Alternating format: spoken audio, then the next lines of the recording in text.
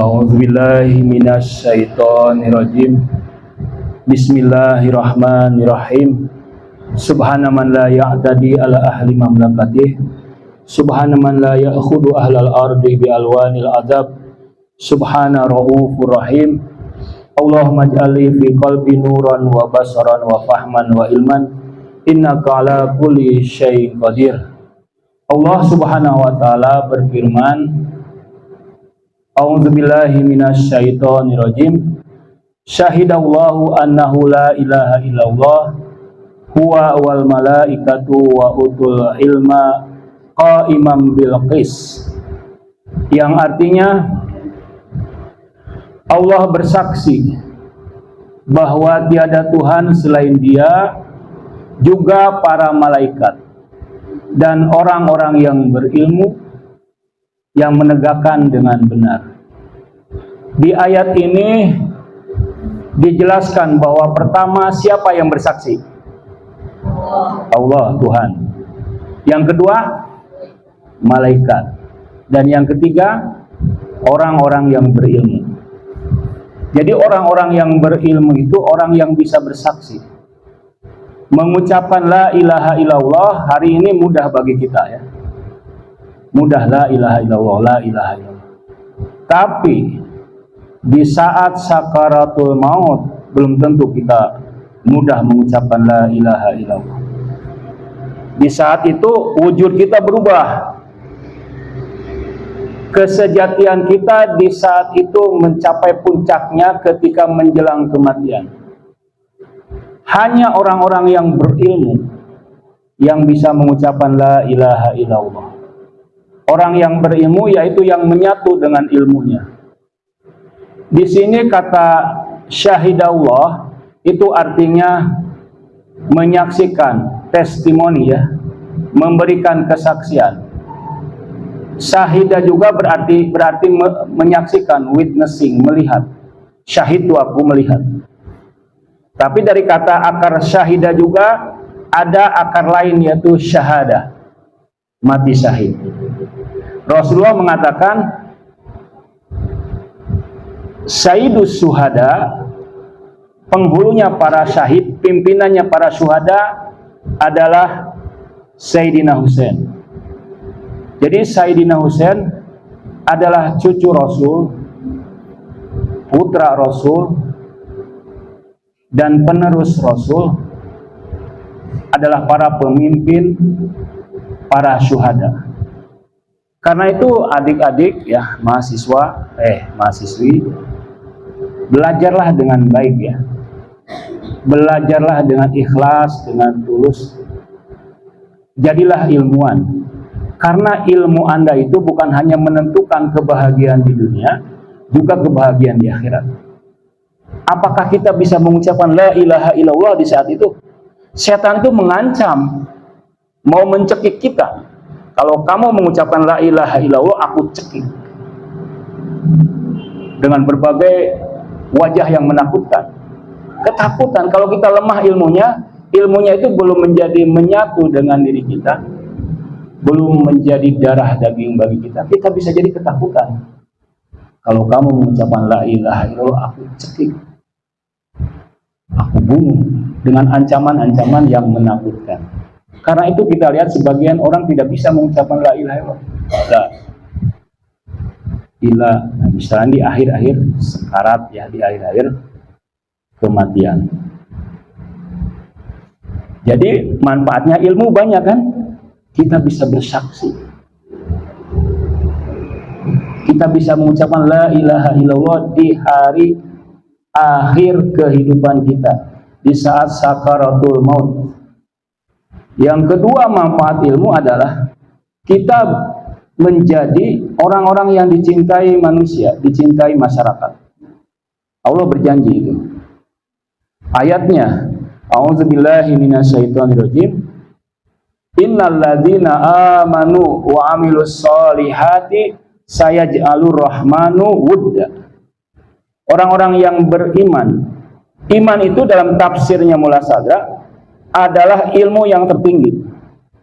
Ilmu itu bertingkat-tingkat, kan? Ada ilmu ilmu yakin ya, ainul yakin dan hakul yakin. Iman itu hakul yakin. Innal ladzina amanu, orang-orang yang berilmu, wa amilus solihati, dan beramal soleh, berbuat baik. Sayaj'alur rahmanu, Tuhan yang maha penyayang, yang maha pengasih, akan menjadikan wudda, kecintaan dari hati masyarakat.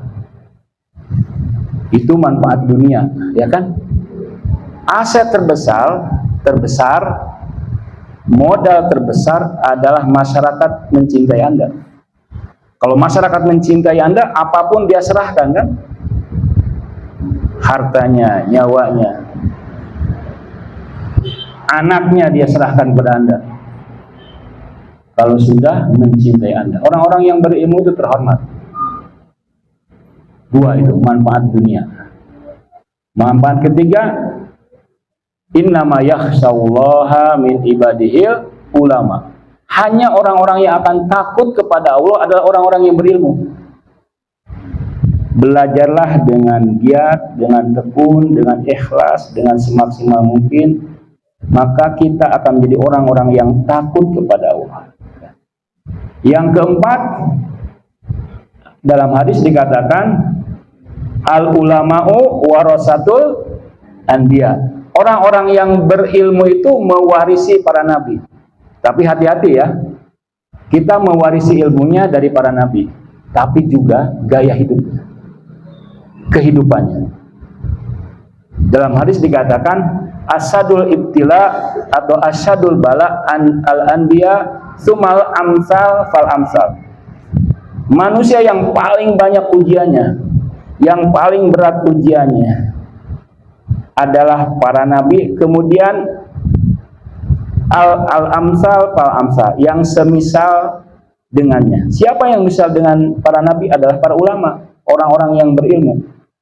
Kita mewarisi para nabi, tapi juga siap-siap ujiannya paling berat. Siap-siap. Karena menjadi ilmuwan itu adalah makom yang tertinggi, maka musuhnya pun berat. Nah, tadi kita kembali ya kepada Sayyidus Syuhada, manusia yang bisa memberikan testimoni, menyaksikan bukan hanya dengan kata-katanya saja, tapi dengan seluruh jiwa raganya, memberikan kesaksian ya, bahwa Tuhan adalah yang esa, Tuhan adalah yang maha berkuasa. Karena itu Sayyidina Husain adalah manusia yang paling terkuat ya, powerful human being. Manusia-manusia yang powerful itu, kalau Anda powerful, Anda tidak memburu perhatian. Kalau kita powerful ya, kita tidak mencari perhatian. Karena orang yang mencari perhatian, orang yang mencari impression, kesan dari orang lain, itu dia berarti dependent, bergantung pada orang lain. Paradok, kalau kita bergantung pada orang lain, menjadi tidak menarik.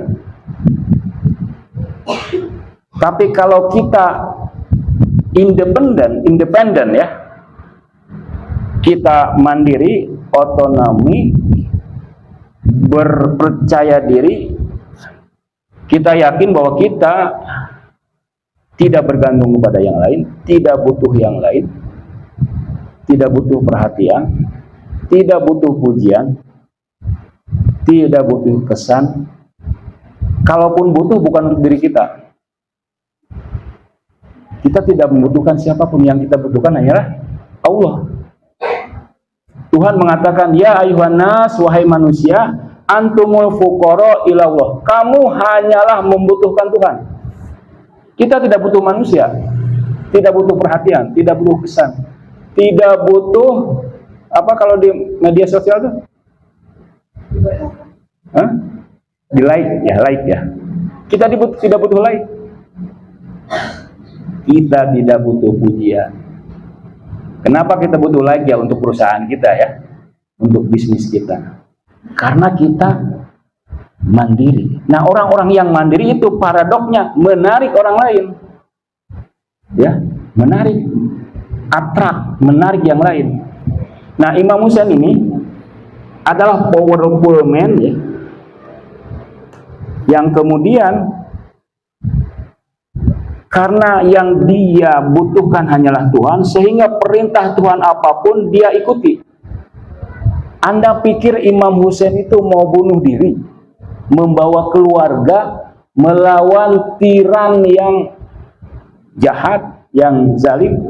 Itu kan sebagian masyarakat di sana bilang, wahai Sayyidina Husain, jangan pergi ke Karbala, pergi ke Yaman, tuh banyak keluargamu. Ada pila di sana ya, seperti di Pila Cijeruk. Kamu nyaman di sana. Ya. Ada pila di puncak, kamu nyaman di sana. Ada keluarga kamu, ada teman-teman kamu, ada sahabat-sahabat kamu merasa enjoy bersama keluargamu. Tapi Imam Husain tidak. Mengapa dia pergi? Itu karena perintah Tuhan. Tuhan mengatakan, Sya'allah an yaroni qatila. Allah menghendaki aku mati syahid. Jadi berangkat ke Karbala, berangkat ke medan Karbala, itu karena memenuhi panggilan Tuhan, karena Tuhan menghendaki beliau sebagai syuhada, sebagai syahid. Yang kedua, wasiat kakeknya, Nabi Muhammad Sallallahu Alaihi Wasallam. Beliau kan mengatakan, aku ini pergi ke Karbala bukan untuk berbuat kerusakan, ya. Lam akhruj asyiron. Aku tidak mau berbuat kerusakan. Ya. Wala batoron, juga berbuat kejahatan. Wala mufsidan, juga berbuat fasad. Wala zoliman, aku tidak ingin menzalimi. Innama kharastu, aku ini keluar litolabi islahi umat jadi. Aku ingin mengislahkan, membereskan umat ayahku. Ya. Ini perjuangan menginspirasi Pangeran Diponegoro. Anda tahu perang yang terbesar di Nusantara, Perang Jawa yang dipimpin oleh Pangeran Diponegoro, 5 tahun. Korban yang paling banyak di Perang Jawa ini tentara Belanda, 8.000 tentara Belanda. Sementara di pihak masyarakat Indonesia hanya 200.000. Padahal Belanda saat itu luar biasa, ya, persenjataannya kuat, ya, tentaranya hebat. Di medan mereka ahli. Kenapa 8.000 mati? Nah, menarik bahwa Pangeran Diponegoro punya komandan namanya Muhammad Jawad. Ya, Muhammad Jawad. Namanya Muhammad Jawad. Ya. Itu mengatakan, wahai tentara Mataram, ketika mau berperang dengan Belanda itu, kamu ingat kehebatan Imam Husain. Kamu ingat keberanian Imam Husain. Itu yang didengungkan, ya, yang dikobarkan menjelang perang. Ya, keluarga Pangeran Diponegoro itu kemarin tahun-tahun yang lalu, ya, katanya kan masih ada keluarganya, pasti kan masih ada keluarganya, cucunya atau cicitnya. Itu setiap malam Jumat suka baca doa kumel. Jadi menginspirasi. Nah, itu namanya power man, power human being, mengcreate power inspirasi. Perang di Diponegoro itu perang terbesar, itu layak dijadikan film menurut saya, film kolosal. Pernah kalau tidak salah, ya. Yang kedua juga menginspirasi Gandhi. Kalau Gandhi pergerakannya non-violence, tanpa kekerasan, ahimsa, ya. Dengan perjuangan tanpa kekerasan, Gandhi bisa mengusir Inggris. Apa yang menginspirasi Gandhi? Aku belajar dari Imam Husain. Dia kalah tapi menang. Secara fisik Imam Husain kalah kan? terbunuh, ditawan, tapi sebetulnya menang. Dengan kematiannya menang Islam itu, ya. Dengan darah syahidnya justru menang, ya, berhasil. Nah, itu dua yang menginspirasi.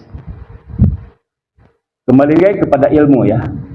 Kalau kita belajar, jadi ada dua tahap nih. Ilmu ini dijadikan habit, itu pertama kali, ya. Jadi ilmu itu harus dijadikan habit. Misalnya begini, Anda belajar fikih kan?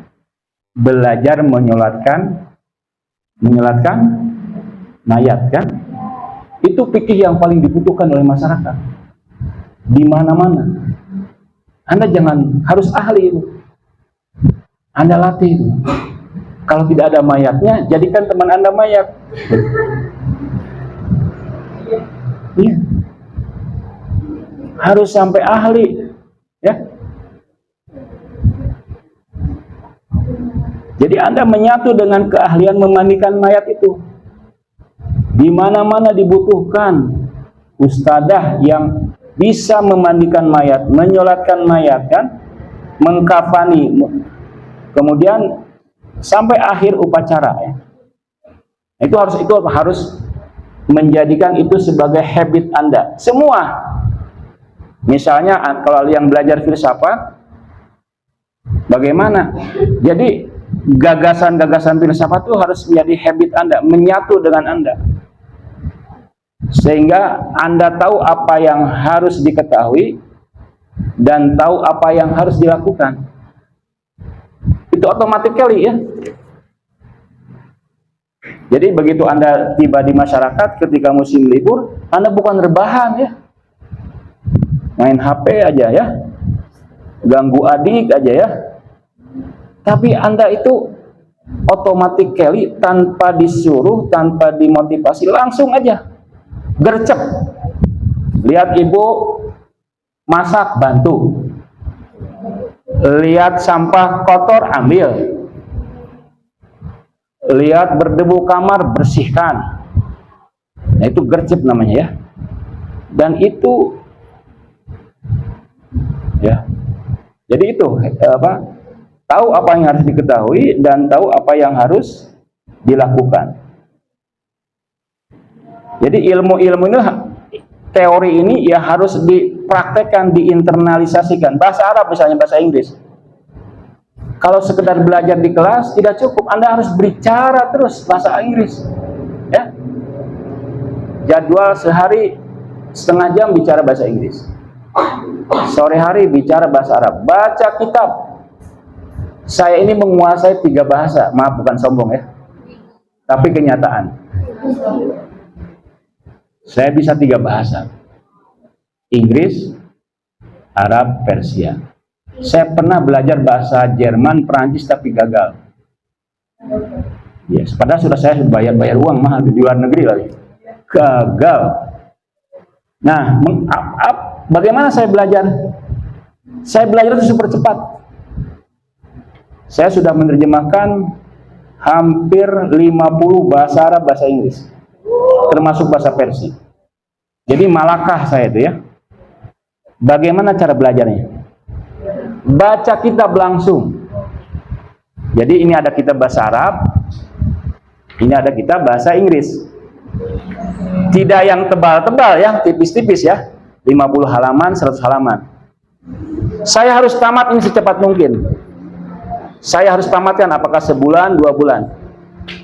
Dari yang sederhana dulu. Saya tidak mencari kamu sendiri, karena saya tidak mengerti kan saat itu.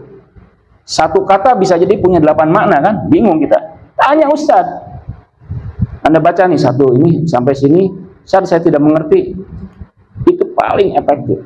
Begitu Anda selesai satu kitab, kitab lain lagi, fotokopi, ya. Kitab lain. Akhirnya Anda cepat. Karena kosakata bahasa Inggris, bahasa Arab di kitab itu lebih banyak, lebih bervariasi, lebih dalam, strukturnya lebih dalam. Kalau sekedar di pembicaraan itu sedikit.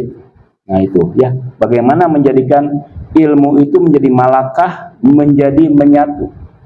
Kalau menyatu, La ilaha illallah bukan hanya sekedar di dunia saja, tapi pada akhir hayat kita bisa mengucapkan la ilaha illallah. Itu kan nasib kita kan. Man qala la ilaha illallah dakhalal jannah. Siapa yang bisa mengatakan la ilaha illallah, dia akan masuk surga. Nah, itu jadi ilmu itu banyak manfaatnya. Banyak manfaat di dunia dan di akhirat. Di dunia Anda akan dicintai orang. Di akhirat Anda bisa mengucapkan la ilaha illallah. Ya.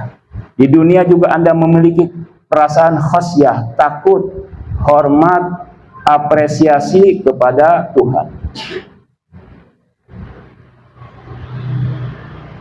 Nah, kemudian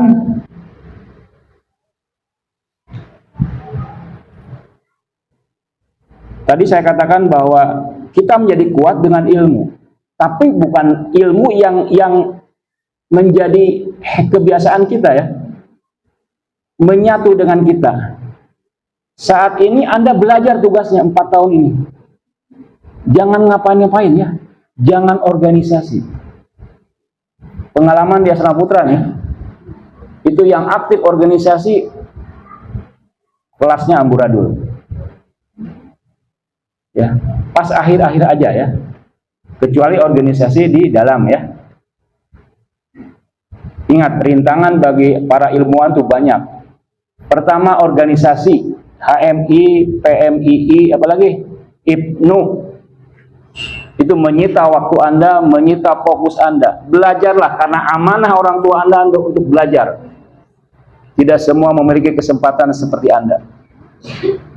Belajar bukan berarti belajar itu tidak harus istirahat. Capek istirahat ya. Capek bukan main HP tambah capek lagi. Capek diskusi, ngobrol, zikir ya. Dan olahraga. Maaf saya kemana-mana ya, tidak sistematis. Olahraga. Ada seorang profesor melakukan penelitian. Olahraga itu kayak jalan kaki, di sini aja jalan kaki, muter-muter. Nggak apa-apa teman Anda bilang gila juga. Saya dulu olahraga di kampus dibilang gila oleh teman saya. Main sepak bola sendirian, jalan kaki sendirian, cuek aja. Karena olahraga itu multifungsi, membuat Anda hati-hati dalam makan, menyehatkan mental, kreatif, produktif menurut penelitian. Jadi multifungsi. Pengganggu ilmu itu tidak bugar, karena itu Anda harus olahraga.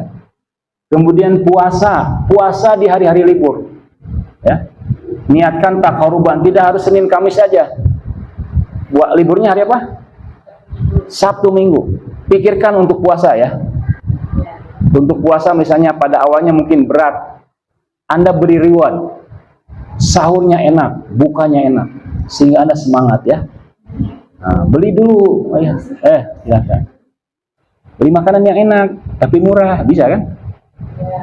Sehingga Anda bersemangat, alhamdulillah sudah bisa puasa. Tuliskan di agenda Anda, sukses story. Dalam sebulan ini saya bisa puasa sehari, alhamdulillah, syukurillah. Gitu. Ya, sukses story kan? Kalau Anda melihat banyak sukses, itu dopamin Anda muncul. Dopamin adalah apa? Hormon kebahagiaan. Saya ini ya bukan sombong nih, bukan sombong lagi. Tadi sombong ya. Sekarang bukan sombong lagi. Saya ini baru 5 tahun nih jalan kaki. Ke asrama jalan kaki, pulangnya jalan kaki. Kalau tidak hujan ya.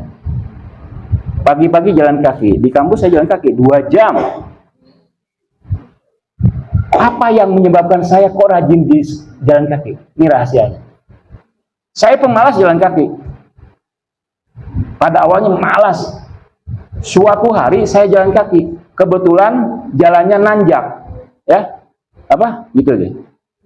Tiba-tiba jantung saya terbuka lebar. Itu langsung saya senang sekali ya. Jadi Anda melakukan kebiasaan tidak akan berlanjut kecuali muncul dopamin kebahagiaan. Jadi hormon kebahagiaan itu muncul. Itu diciptakan karena aktivitas Anda. Ada yang dopaminnya misalnya karena membaca. Saya lihat Zahra Mustofawi itu di perpustakaan luar biasa itu. Membacanya istimewa ya, sambil berdiskusi dengan bukunya. Nah, itu cara membaca terbaik. Membaca itu memberikan kebahagiaan. Ya. Sampai dopamin Anda muncul. Ada orang-orang yang melakukan olahraga ekstrim kan, padahal orang-orang kaya. Turun dari gunung, terbang pakai parasut yang berbahaya, bisa memicu kematian. Tapi mereka itu kenapa mau? Dopamin, hormon kebahagiaan. Hal-hal yang berat kalau sudah muncul hormon dopamin itu tidak menjadi berat lagi. Nah, jadi ilmu ini akan membuat kita kuat dan kemudian akan mengkrit budaya-budaya yang kuat. Di Indonesia ini kegiatan Asyura sudah lama. Kalau di Iran, Asyura ini yang melahirkan Jumhuriyah Islamiyah Iran. Imam Khomeini kan mengatakan, mengapa berhasil mendirikan negara Islam? Karena Imam Hussein. Dan sekarang kan Iran berhasil mengalahkan Amerika, mengalahkan Israel. Itu karena semangat Asyura. Saya ingat, saya ketemu dengan tawanan Saddam Hussein. Saddam Hussein masih hidup ya, tawanan. Tawanan itu dimasukkan penjara. Dipenjara oleh tentara Saddam yang partai Ba'ath itu. Di depan dia dipertontonkan TV tontonan film-film yang rusak. Untuk merobohkan mentalnya ya. Untuk merusak mentalnya. Begitu dipertontonkan TV itu, TV-nya dihancurkan sama dia. Saya ini, untuk ini saya berjuang. Jadi orang-orang yang sudah memiliki semangat juang ya, dengan terinspirasi oleh para pemimpin besar, itu tidak mungkin bisa dipengaruhi oleh trik-trik jahat musuh.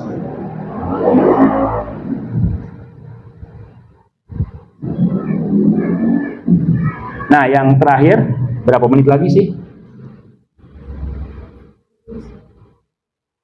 Anda tahu ilmu teologi kalam itu ya, atau ilmu akidah itu sebenarnya ada 4. Pertama, ilmu kalam tradisional, Mu'tazilah, Syiah, Maturidi, ya, Asy'ari dan sebagainya, yang biasanya membicarakannya apakah Al-Quran makhluk Tuhan atau tidak.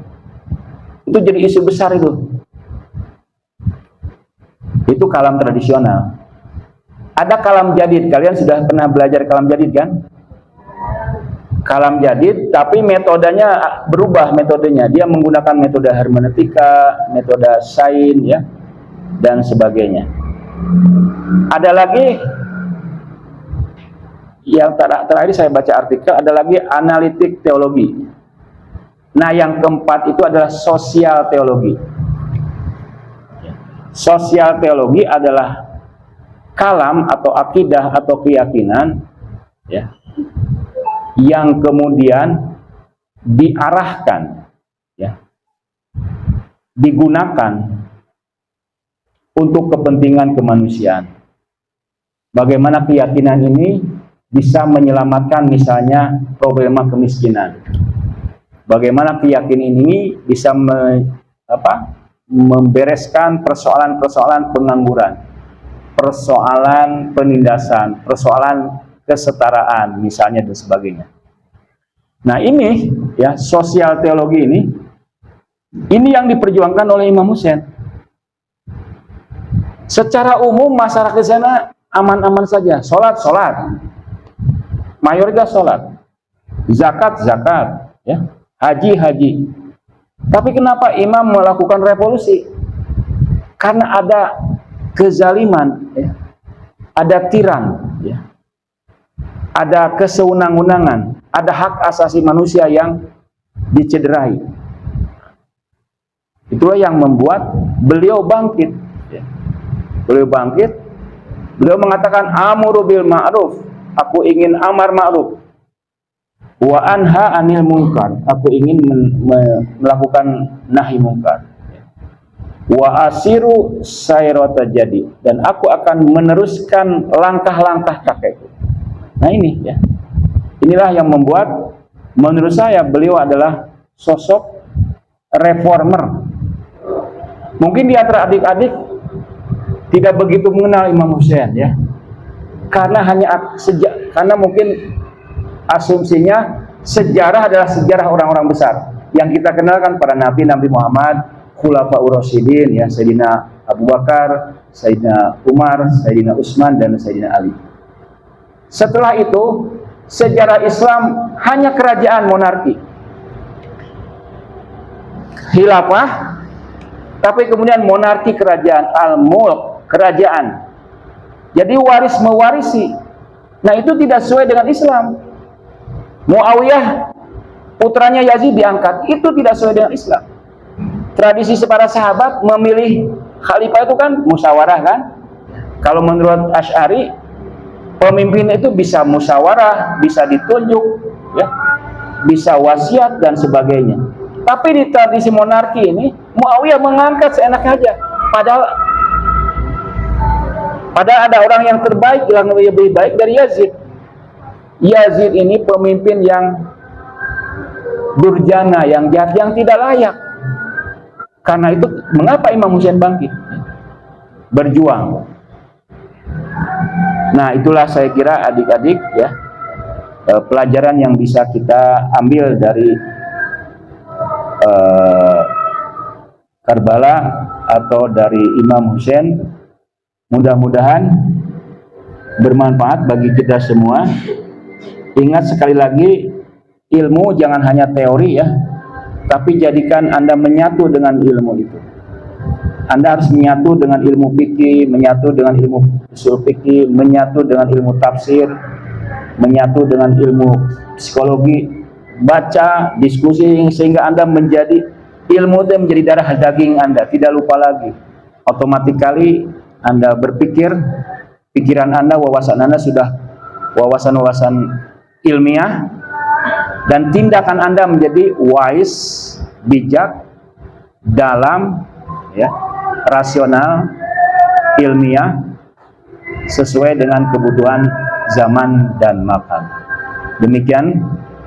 Subhana man la ya'tadi ala ahli mamlakati, subhana man la yakhudu ahlal ardi bi alwanil adab, subhana ra'ufur rahim. Allahumma ja'ali fi qalbi nuran wa basaran wa fahman wa ilman, innaka ala kulli syai'in qadir. Bismillahirrahmanirrahim. Alhamdulillahirabbil alamin, arrahmanirrahim, maliki yaumiddin. Iyyaka na'budu wa iyyaka nasta'in, ihdinas siratal mustaqim, siratal ladzina an'amta 'alaihim ghairil maghdubi 'alaihim waladdallin. Wassalamualaikum warahmatullahi wabarakatuh. Waalaikumsalam warahmatullahi wabarakatuh.